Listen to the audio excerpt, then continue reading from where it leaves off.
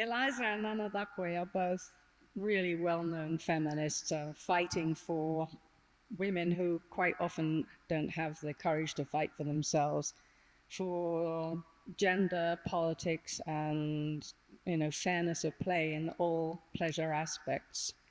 We're going to suggest that if you'd like to come forward, because pleasure is such an intimate subject that if we all kind of group together, you might feel more inclined or more relaxed about asking questions if it comes down to that later on. But pleasure, as both of them reminded me yesterday when I was thinking that we were going to jump into a sort of a follow-up from their workshop. I don't know if any of you were at the workshop, but there was a really interesting one about how to write about sex. And it wasn't a titillating workshop, it was extremely practical. And people read out some very brave things that they had written. But as Eliza reminded me that I used to be a foreign correspondent, but now I'm a food writer and I write mostly about the politics of food. How the industrial food complex is basically killing us for its own profits. And she was reminding me that, of course, food is also a pleasure. And in my family's case, I think that my mother, having been brought up by very long-distant parents, she was abandoned at 5 and never saw her mother again until she was 15. For her, the idea of physical contact and sex was just completely remote and beyond her comprehension. And she brought my sister and I up to think that sex was dirty unless you were deeply in love. So for her, the pleasure that she got was from food. And for me, the interest in the pleasure side of food currently is there was a very small window about 10 years ago when fashion houses employed women with regular figures of all different sizes, and it was no longer heroin chic to walk down a catwalk looking like you were just stuck to your skeleton. And I'm so sad that that was a really tiny window, to the point where now people are encouraged to take these diet medicines, not necessarily for health purposes, but because we're back to everybody having to look for their own pleasure, like each other, and not really like women. But I would want to go to you two to talk about your aspect of how you deal with pleasure and making women feel comfortable in owning their own pleasure. Because we're made to feel guilty if we're not giving pleasure to other people, but putting ourselves first. So. Yes, I mean, I think it's extremely political for women to center their own pleasure and to center their pleasure in all the ways, whether it's delighting in food, right? When we're told that we have to restrict what we eat, or whether it's delighting in our bodies and delighting in the physical act of sex for its own sake, as opposed to sex as a way to have children or as a way to please a partner. I think that's really important. And I actually wanted to start by doing a very short reading to make some connections between food and pleasure, which was something that Eliza, Julie, and I were discussing. I'm going to read an excerpt from my first book, The Sex Lives of African Women, which is a collection of first-person stories based on interviews I did with African women from across the continent and the diaspora. The section I'm reading is from an interview I did with an older woman called Alexis. When I interviewed her, she was 71 years old in a relationship with a woman of the same age, and they fell in love in their 60s. One of the things that really turns me on about my current partner is that she's really smart. Sometimes it's annoying how smart she is. She thinks she knows everything because she does know a lot. I am turned on by her intelligence. It's really sexy. I find myself watching her mouth when she talks. It's not just what she says or how she says it, but the use of her mouth is very sexy. I often find myself watching her eat or watching her drink. I learn a lot from her, and that's a turn on even when I don't feel like listening. Her mind is sexy, and when I'm stuck in my own world, I know I have someone who has a mind and uses it. She is really good at asking me the kind of questions that open my work even more, and I find that exciting. I believe I do the same for her because she's told me that she likes talking to me because I am always pushing her work forward and pushing her out of the comfort zone of her own creative and spiritual work. And so I think in relationships between women, although I can't speak for other women, because we have grown up in these cultures that devalue us as people, irrespective of where those cultures are, it's really important for us to uplift each other's intellectual, creative, and spiritual energies. My partner and I do that for each other, and we also struggle to do that for each other. It's not an easy thing to do. In our relationship, she does most of the cooking, although we both like to eat. We like to eat together. We love food. We keep saying we have to lose 5 pounds, but at this point in life, you just have to enjoy yourself. We understand food as a nurturing reality and a way of exchanging information about each other and each other's lives because we come from different diasporic backgrounds. We have different cultural knowledges. You can say we come from different kitchens, and so we're constantly exchanging knowledge with each other. For the most part, we tend to stay out of each other's way when the other is cooking. I can always tell when my partner has cooked because there's always evidence of that on the floor. I am old school, so I clean while I cook, so there's no evidence of the process. With her, there is always evidence, and her food is always delicious. She's especially great at cooking fish. Her people come from a fishing village in Nigeria. Her paternal grandmother was a fisherwoman. It's always an amazing experience when I taste fish she's made.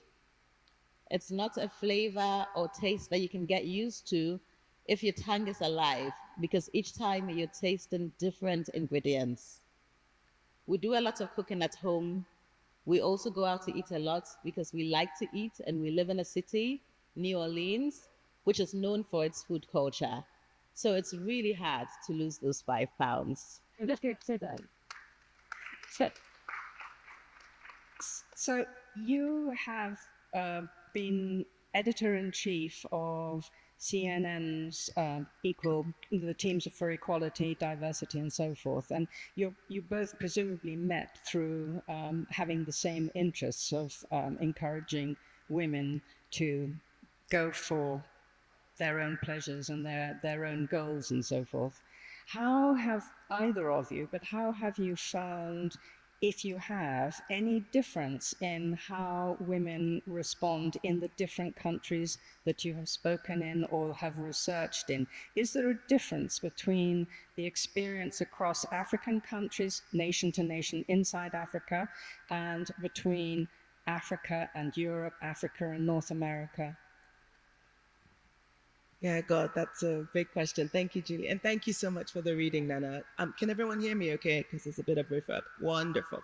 Okay, morning, everyone. Thank you for getting up and coming to join us here. We would have had a blast anyway if we were by ourselves, but it is fun to not be by ourselves. So to your question then, I mean, I guess to give a bit of context for people who don't know me or my work, I'm a journalist. I run a newsroom called The Fuller Project. We focus on telling global stories about issues that disproportionately affect women and gender diverse people. So essentially, we are interested in writing minoritized people based on their gender identities into the bigger stories that we face. Nerdishly, I often say we write about the winners and losers of patriarchy. So that is what I do for work. And I have, in my personal life, had the great privilege and the destabilizing reality of moving and traveling a lot. So by the time I was 18, 19, I had lived in 10 countries on 3 continents. Which means that you learn a lot about the differences between people, but really also about how much they are also alike. One of the things to say in the conversation about pleasure, when you were talking about it in terms of desire, perhaps, is that we live within these constructs, right? Our desires are not separate from what our societies, what the advertising that shits in our head tells us is attractive, what we are supposed to find beautiful, how we're supposed to move, what our bodies are supposed to do, how our voices are supposed to be used. I spend a lot of time now in Southeast Asia, and I really wonder whether every woman I meet has as quiet a voice as she projects. But that's because in a lot of Southeast Asian cultures, the expectation is that a woman speaks very quietly.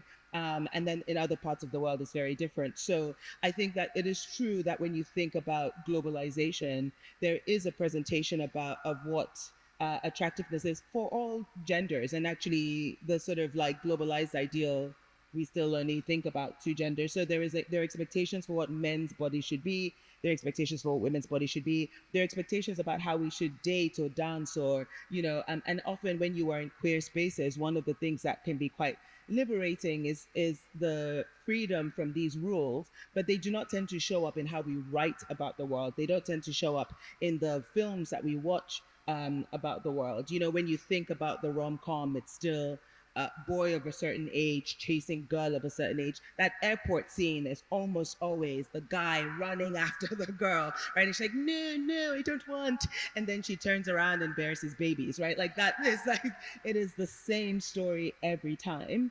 And when you watch that, it doesn't really matter how much you think you want something else. It kind of gets into your being in some way too, right? And so sort of living and loving and seeking pleasure is also a kind of constant dance between trying to understand what is yours, what is culturally inherited, what do you want to keep of that cultural inheritance. Like, we are social beings. There isn't a true authentic self that is created in a vacuum.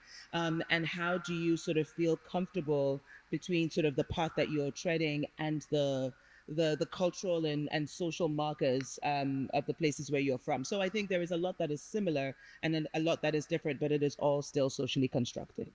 So you talk about the women of Southeast Asia speaking with modulated tones.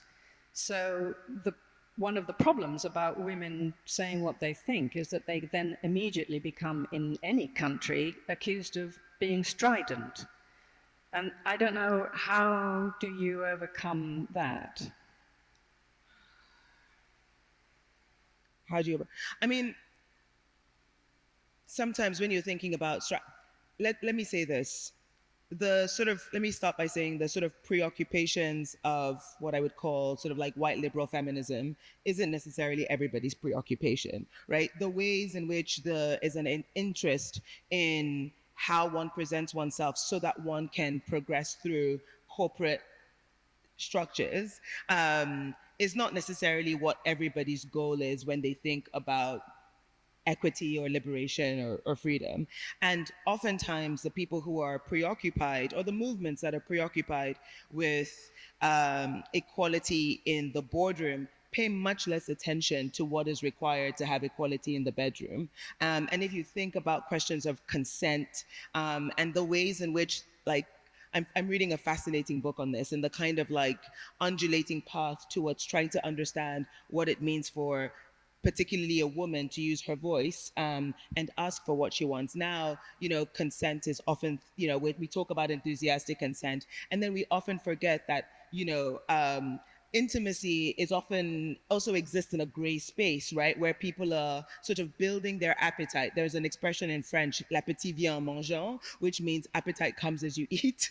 And this is also true in intimate settings. But the ways in which we now talk about consent is that you're expected to know from the jump, when you're sat in your seat, haven't yet had your first sip of Negroni, whether you want to go through all acts of whatever it is with this other person. And so these are all kind of like, oscillating pathways to kind of trying to figure out what does what our individual expectations around consent, desire, voice, agency, and then how do we sort of talk about them societally. And I think particularly as a journalist, I find that because journalism represents often the middle or upper classes in a society, they also tend to be quite prudish. And so they confound harms with norms, and those norms then, dictate how we write about, certain choices that people make. Can I add to that, Julie? Because I feel recently someone was asking me, what have I learned the most from the BDSM community in my research? So in my second book, Seeking Sexual Freedom, part of what I did was seek out sexual experiences with experts so that I could experience it and write about it, right? And for example, I've had discussions with some feminist colleagues who felt that in this current era, there's a way in which mass media is focusing on BDSM, and that was, potentially harmful to women. And I didn't want to write about that from a theoretical perspective. I wanted to have different experiences and reflect and write about it.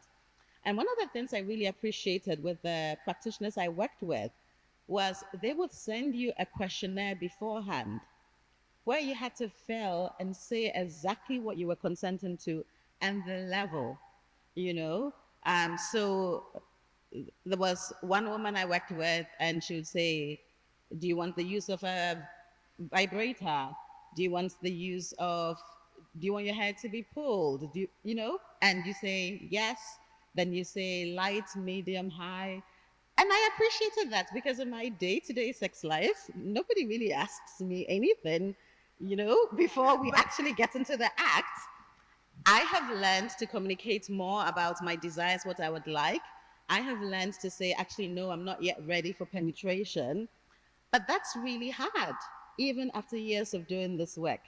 And so I know the book you're talking about, and I've also read it. And I think there is definitely something really interesting about reflecting about the grace and the fact that your desire grows as you engage in the act.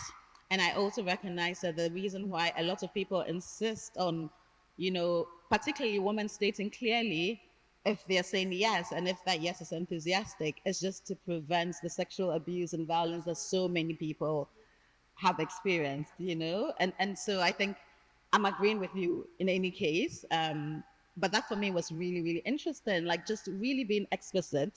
And there was a friend of mine who went and booked a session with she was a sensual massage therapist. And she said no to certain acts, and mid-session she was like, oh my God, can I change in my mind? And the woman was like, no. Which I really loved. You loved that she said she couldn't change her mind? Yeah, because she was delivering a professional service. Did you feel like you were at Starbucks? Did it feel like you're filling out give me your name, what do you want, what type of milk, how much sugar do you want in your drink, and then... I did not feel like I was at Starbucks. It was a very different experience to Starbucks experience. Maybe people are turned on by their Starbucks shopping experience too, I don't know. But I feel like a lot of and we're specifically talking about politics of consent, and when it emerges in response to just how prevalent gender-based violence is, right? Like you have to acknowledge that. And then you also have to acknowledge that if we're trying to create societal norms in response to violence, they're going to be blunt instruments, right? Because there should be so many, we should understand more deeply the causes of gender-based violence and how to address them at the root and not at that final point. Or maybe it's a yes and, like in different places. But I often think that, especially when you do reporting that reports on this and then tries to look constructively at how to improve it, you are often not taking a systemic approach. Journalism is really bad at that anyway. Journalism is often really bad also at thinking about voice and about the place of people who have experienced harm and what repair or justice or alternatives to that harm look like from their perspective. And so when you are trying to create norms around consent and voice and desire, if you're rooting it in opposition to like shit, how do we get down the prevalence of sexual based violence, you see the sort of like pendulum oscillating as people sort of try things that then don't work to address the problem. So then they try something else, and that is noble and good. But when we are trying to, like, if I think about my niece and how I want her to approach intimacy, sexual or other, I would like to teach her that a kind of like Starbucks list is not necessarily going to always keep her safe, and nor is it necessarily going to satisfy the yearning that comes up elsewhere. And so actually societally what we need is better conversations about conversation and about communication and about how we express ourselves and express our needs and on and respect what we hear from other people. And how much is that conversation going across the genders, or is it still lodged mostly with women? I mean, I spent some time last month in Melbourne at something called Women Deliver, which is like a big like women's rights conference.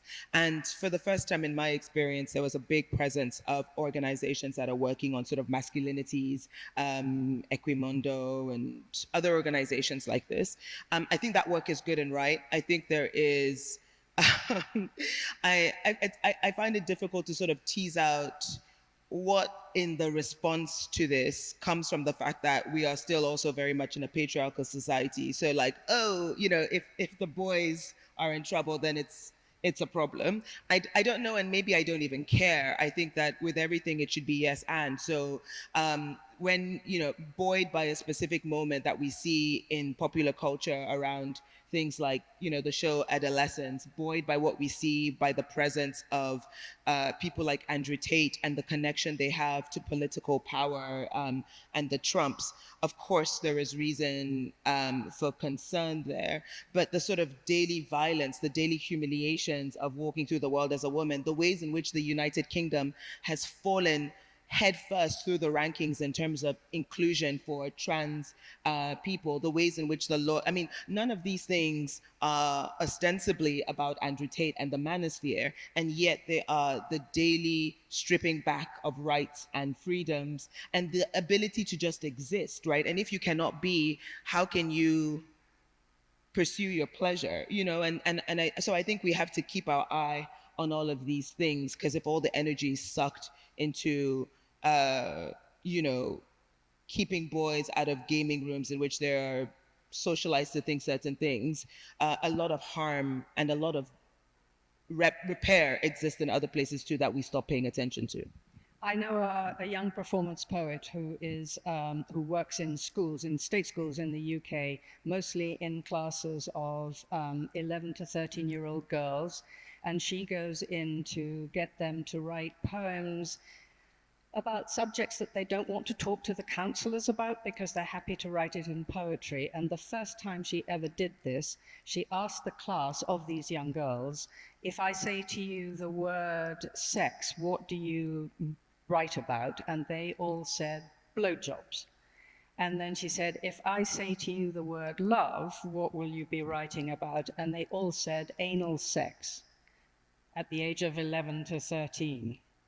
And their understanding of their own pleasure just did not come into any of this at all. And it was all something that they had been picked up, you know, obviously on social media. And so how do you overcome, how do you change that kind of understanding among young girls?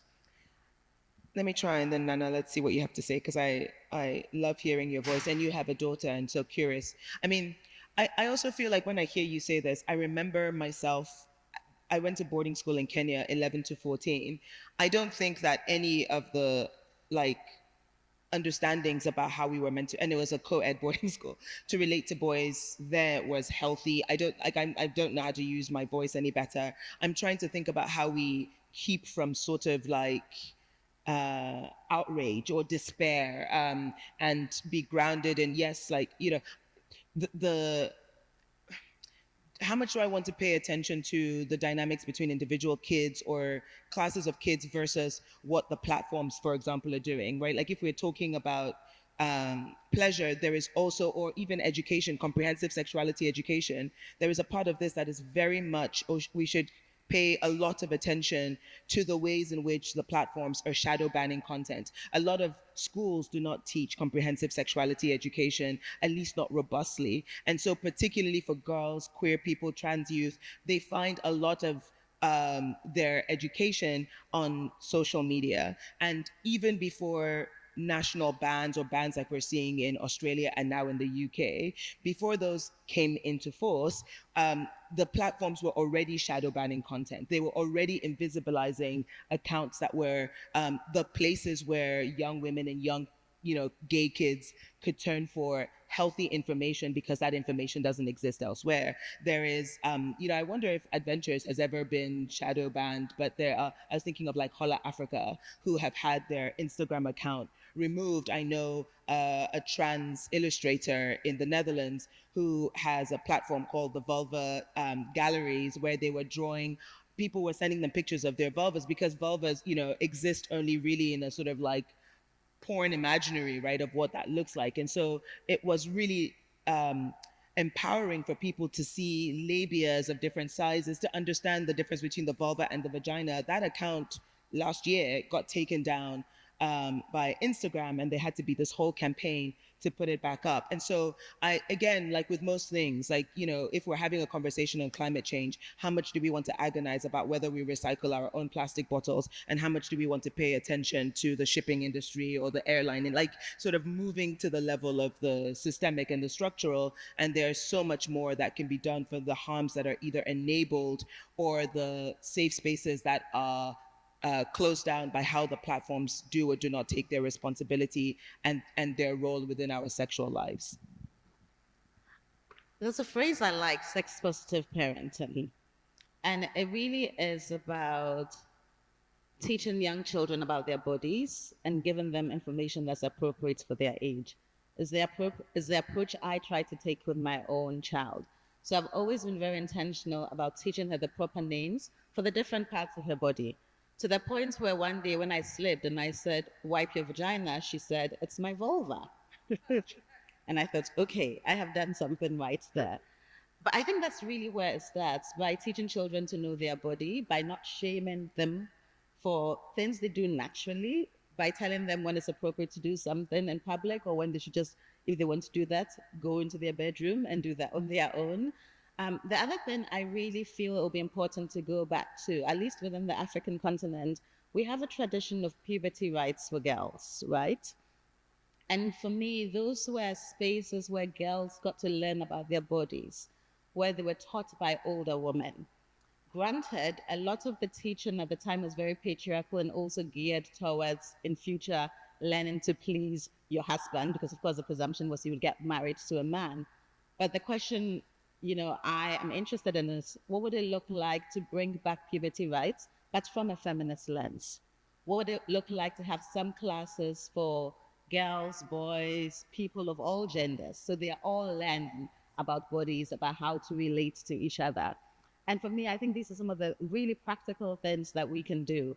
I've run workshops with young girls, and usually at the start of my workshops, I ask people what they want to get out of the session or anything they want to know.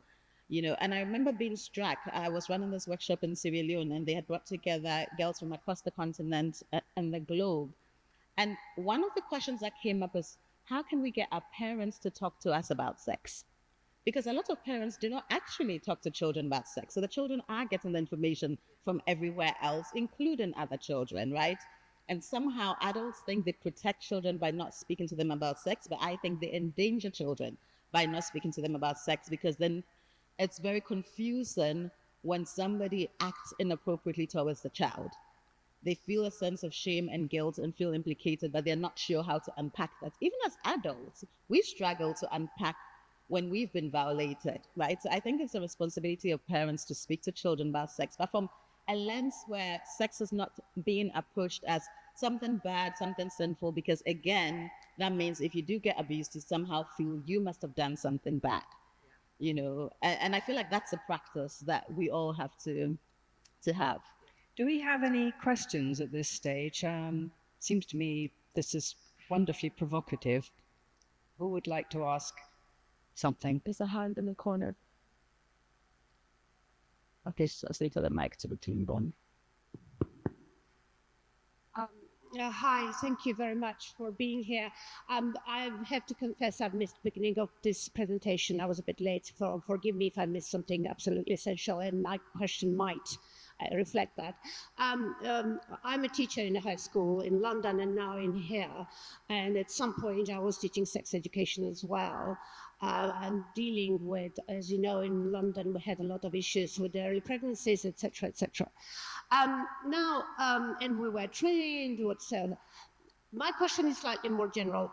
Do you think, at least in the Western world, and I'm mostly talking about Britain, that the sexual freedom that women kind of fought for, etc., swung in a long way in the wrong direction, and the blurred line between promiscuity and early kind of sexual freedom is hugely detrimental to young people's awareness of their own bodies, their happiness, and actually enjoying the pleasure of sex and relationship. Do you think that's the case in the context of Britain? I don't know other countries. I'm going to give you a boring answer, which is like, I think if you're talking about the West, I think the West's obsession with linear progress is a problem. Like, you know, the sort of path to any type of liberation or freedom or like, it's wonky, you know? And so to ask whether too much of this created that, of course, what we see is that there's always pushbacks. Like we are living in a very difficult moment now in terms of anti-gender movements, in terms of countries, including in the West, right? A few years ago, there was a study that looked at attitudes towards gender equity. And in Germany, young men were saying that gender equality has gone too far. South Korea, a few years ago, voted in a government on the back of an anti-feminist agenda. And so there is always a sort of, you know, response to the tussle for to wrest power from certain groups and into others, right? And I don't think so. I try not to sort of hand wring about that and just recognize that that is going to happen. And so when we sit now and we think about what are the gains, like I look at my own life and my own mother. Fine, she's not a British woman, does not live in Europe. I am very much the beneficiary of the spaces she was able to claw open. It is imperfect, and there are compromises that she made that I would not make, but I think that the work that she did to claw open space has given me the right to now be able to say, I will not do X or Y, right? And so if you accept that progress isn't linear and that every time that we achieve something, something else is contested, and that a first degree of inclusion or openness might not even be inclusive for everyone. The UK, when we think about the suffragettes and suffrage, it was not necessarily a suffrage for everyone. The US is another good example of this. And so the work is never done. And so it is always important for different generations to be in conversation together and to always be interested in who is left out on the margins of those conversations. When we talk about sexual freedom, we almost never include, let's say, sex workers as part of that conversation. We tend to, you know, make policy or decide what the norm is and then impose it on other groups. And so I think the challenge for all of us who are interested in that kind of move of progress is to see what do we want to keep so that we don't throw the baby out with the bathwater, what do we want to reevaluate,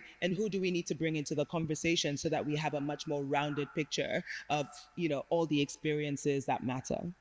I mean, on that, bringing in other people. When you were doing your interviews with all these women from very different backgrounds and very different nations, did they talk at all about, or did they experience at all any opportunity to talk to the men around them or their sexual partners for their own pleasure and advance what their wishes were? Or were they finding, particularly across the sexes, a resistance to that kind of conversation? And Nana, can I throw in a question for you too? Because I think people would love to hear about the interview you did for your new book with the Beninoise trans woman when you were asking her questions about femininity and presentation, right? When we talk about, what the different struggles do to, the burn the bra movement, and here is someone who is very much attached to their push-up bra, and the kind of things that you learned as a feminist in that conversation, and sort of where we, as we bring in new people's voices, how we open out how we think. Okay, where do I start from? So let me come to your question first, Julie. I mean, I don't think I asked anyone like that explicit question, like how do you speak to the men in your life about your sex life or your relationships? But I felt that what a lot of women felt they had to do was take some time to figure out for themselves what they wanted, right? And for some of them, it included actually abstaining from sex for a period so they could figure out what works for them, right?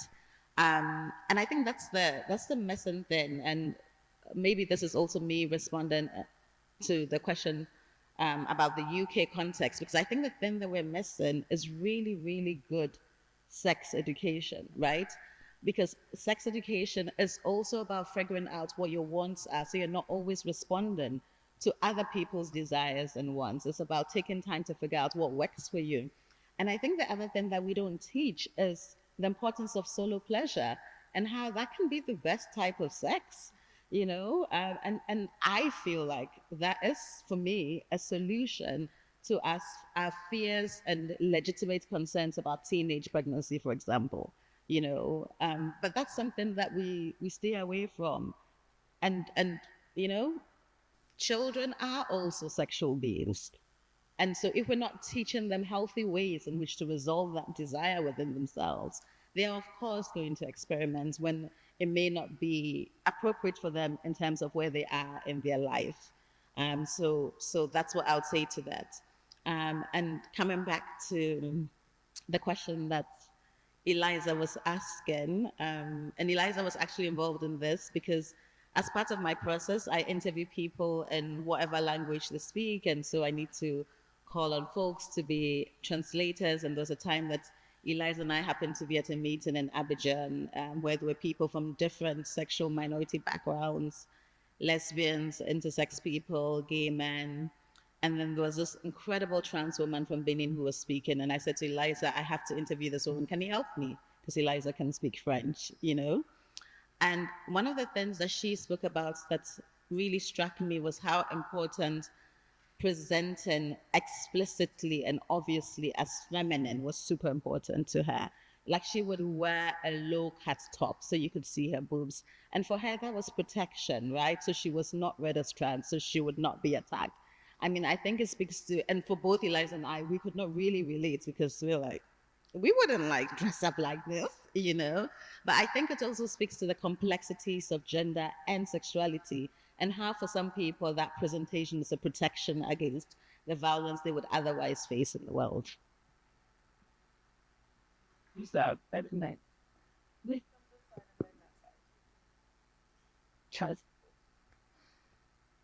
Good morning. Thank you all. This is fascinating. So, I mean, obviously there's a facet of this that directly relates to the feminine. And then there's a facet of this that relates to the masculine and what men are taught and whether or not they should be brought into the conversation. But a lot of that feels as if it's actually rooted in, societal norms tend to be rooted in religion. And so how much outreach should there be? And has there been, as far as you're aware, any kind of outreach to religious leaders to perhaps think about how they can assist in all of this?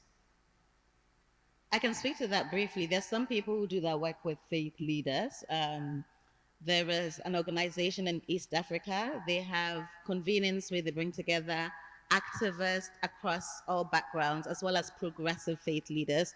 And those faith leaders tend to advocate with other faith leaders. But in general, I find in my context, I come from Ghana, that the majority of faith leaders are, I would say, regressive.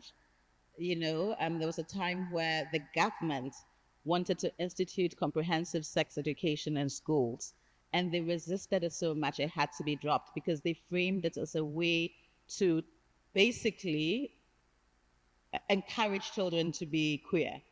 That's how they saw it. And my country, for the second time, just passed an anti-LGBTI bill.